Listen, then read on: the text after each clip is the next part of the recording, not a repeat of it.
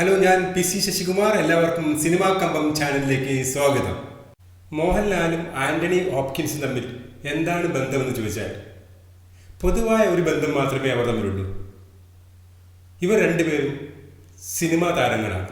മോഹൻലാൽ മലയാളത്തിലും Antony Hopkins Hollywood താരവുമാണ്. ഹോളിവുഡിലെ super താരമാണ് Antony Hopkins.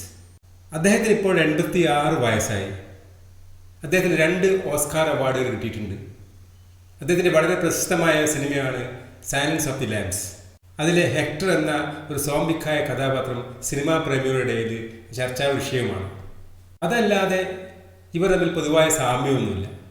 എന്നാൽ രണ്ടുപേരും അഭിനയിച്ച സിനിമയിലെ ഒരു കഥാപാത്രത്തിന് തമ്മിലൊരു സാദൃശ്യമുണ്ട്.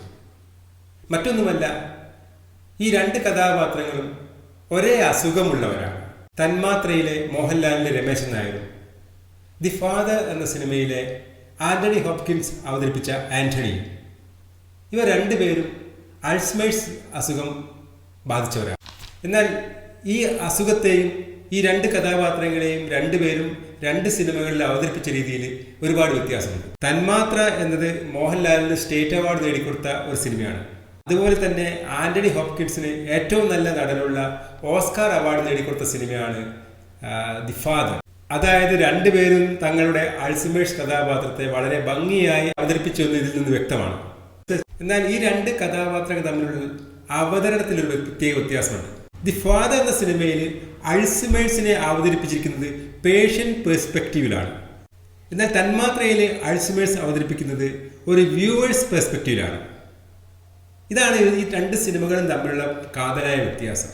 തന്മാത്രയിൽ ഈ അൾസൈമേഴ്സ് എന്ന രോഗം അവതരിപ്പിക്കുന്നതിൽ കൂടുതൽ ശ്രദ്ധ കേന്ദ്രീകരിച്ചിരിക്കുന്നത് രമേശൻ നായരുടെ ചുറ്റുമുള്ളവരുടെ, അവരെ പരിചരിക്കുന്നവരുടെ, ഭാര്യയുടെ, കുടുംബാംഗങ്ങളുടെ, സുഹൃത്തുക്കളുടെയൊക്കെ വേദനയിലൂടെയും ബുദ്ധിമുട്ടിലൂടെയും സംഘർഷങ്ങളിലൂടെയൊക്കെയാണ് രമേശൻ നായരുടെ ഈ അൾസൈമേഴ്സിന്റെ ഇമ്പാക്റ്റിനെ നമ്മളിലേക്ക് എത്തിച്ചിരിക്കുന്നത്. അദ്ദേഹത്തിന്റെ ഡോക്ടർ തന്നെ അൾസൈമേഴ്സ് ബാധിച്ച ഒരു രോഗിയെ എങ്ങനെയാണ് പരിചരിക്കേണ്ടത് എന്നാണ് മറ്റുള്ളവരോടൊക്കെ പറഞ്ഞു കൊടുക്കുന്നത്. എന്നാൽ ദി ഫാദർ എന്ന സിനിമയിൽ അതൊരു പേഷ്യന്റ് പെർസ്പെക്റ്റീവാണ്. എന്ന് പറഞ്ഞാൽ നമ്മൾ കാണുന്നത് അൾസൈമേഴ്സ് ബാധിച്ച ആന്റണിയുടെ കണ്ണിലൂടെയാണ്. അതുകൊണ്ട് തന്നെ ആന്റണി അനുഭവിക്കുന്ന എല്ലാ തരം സ്ട്രെസ്സിലൂടെയും ട്രോമയിലൂടെയും എല്ലാം തന്നെ നമ്മുടെ പ്രേക്ഷകനെയും കൊണ്ടുപോകാൻ ആ സിനിമയ്ക്ക് കഴിയുന്നുണ്ട്. ഓർമ്മയുടെ അവസാനത്തെ ഗ്രിപ്പും നഷ്ടപ്പെടുന്നതിനുള്ള സംഘർഷത്തിലാണ് അവിടെ ആന്റണി. യാഥാർത്ഥ്യത്തിന്റെ പിടി നഷ്ടപ്പെടുമ്പോൾ ഉണ്ടാകുന്ന കൺഫ്യൂഷനെല്ലാം ആന്റണി അനുഭവിക്കുന്നു. ഏതാണ് യാഥാർത്ഥ്യമെന്ന് തിരിച്ചറിയാൻ പറ്റാത്ത ആന്റണിയുടെ ധർമ്മസങ്കടം ആന്റണിയിലൂടെ നമ്മളിലെത്തുന്നുണ്ട്.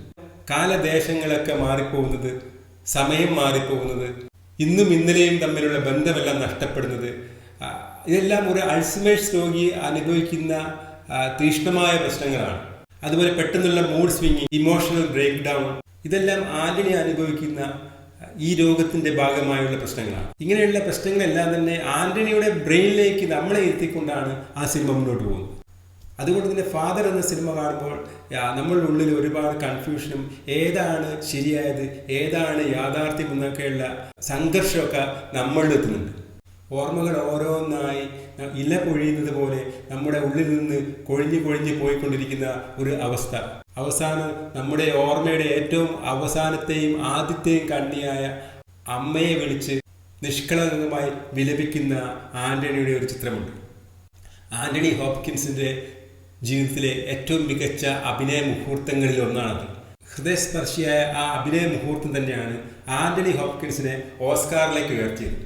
അത് പ്രേക്ഷകന്റെ ഉള്ളിൽ ഒരിക്കലും മാറാത്ത ഒരു തേങ്ങലായി എന്നും അവശേഷിപ്പിക്കുന്നത് ആ കഥാപാത്രത്തെ ഒരു പേഷ്യന്റ് പെർസ്പെക്റ്റീവിൽ അവതരിപ്പിച്ചോടാണ്. എന്നാൽ തന്മാത്രയിലെ നമ്മുടെ രമേശൻ നായർക്ക് നഷ്ടമായതും അതാണ്. അൾസൈമേഴ്സ് ബാധിക്കുന്നതോടെ രമേശൻ നായരുടെ കഥാപാത്രത്തിന് പ്രത്യേകമായ വലിയ ജോലിയൊന്നും അതിൽ ചെയ്യാനില്ല. രമേശൻ നായരുടെ വേദനയും സംഘർഷങ്ങളെല്ലാം നമ്മളിലേക്ക് എത്തുന്നത് രമേശൻ നായരിലൂടെയല്ല, മറിച്ച് അദ്ദേഹത്തെ ശുശ്രൂഷിക്കാനും അദ്ദേഹത്തിന്റെ ബന്ധുക്കളുടെയും ഭാര്യയിലൂടെയൊക്കെ അവരുടെയൊക്കെ കഷ്ടപ്പാടുകളുടെയും സംഘർഷങ്ങളുടെയൊക്കെയാണ്. തന്മാത്ര മോഹൻലാൽ കഥാപാത്രത്തെ പരിചരിക്കുന്നവരുടെ കഷ്ടപ്പാടുകൾ ഹൈലൈറ്റ് ചെയ്തുകൊണ്ട്, അത് കാണിച്ചുകൊണ്ട് കാഴ്ചക്കാരെ സെൻസിറ്റൈസ് ചെയ്യാനാണ് ശ്രമിച്ചത്. അതുകൊണ്ട് ഈ ചിത്രം വിജയമായെങ്കിലും മോഹൻലാൽ ഒരു സ്റ്റേറ്റ് അവാർഡൊക്കെ നേടിക്കൊടുത്തെങ്കിൽ പോലും മികച്ച അഭിനയ മുഹൂർത്തങ്ങൾ നൽകാൻ ആ കഥാപാത്രത്തിന് കഴിഞ്ഞിട്ടില്ല.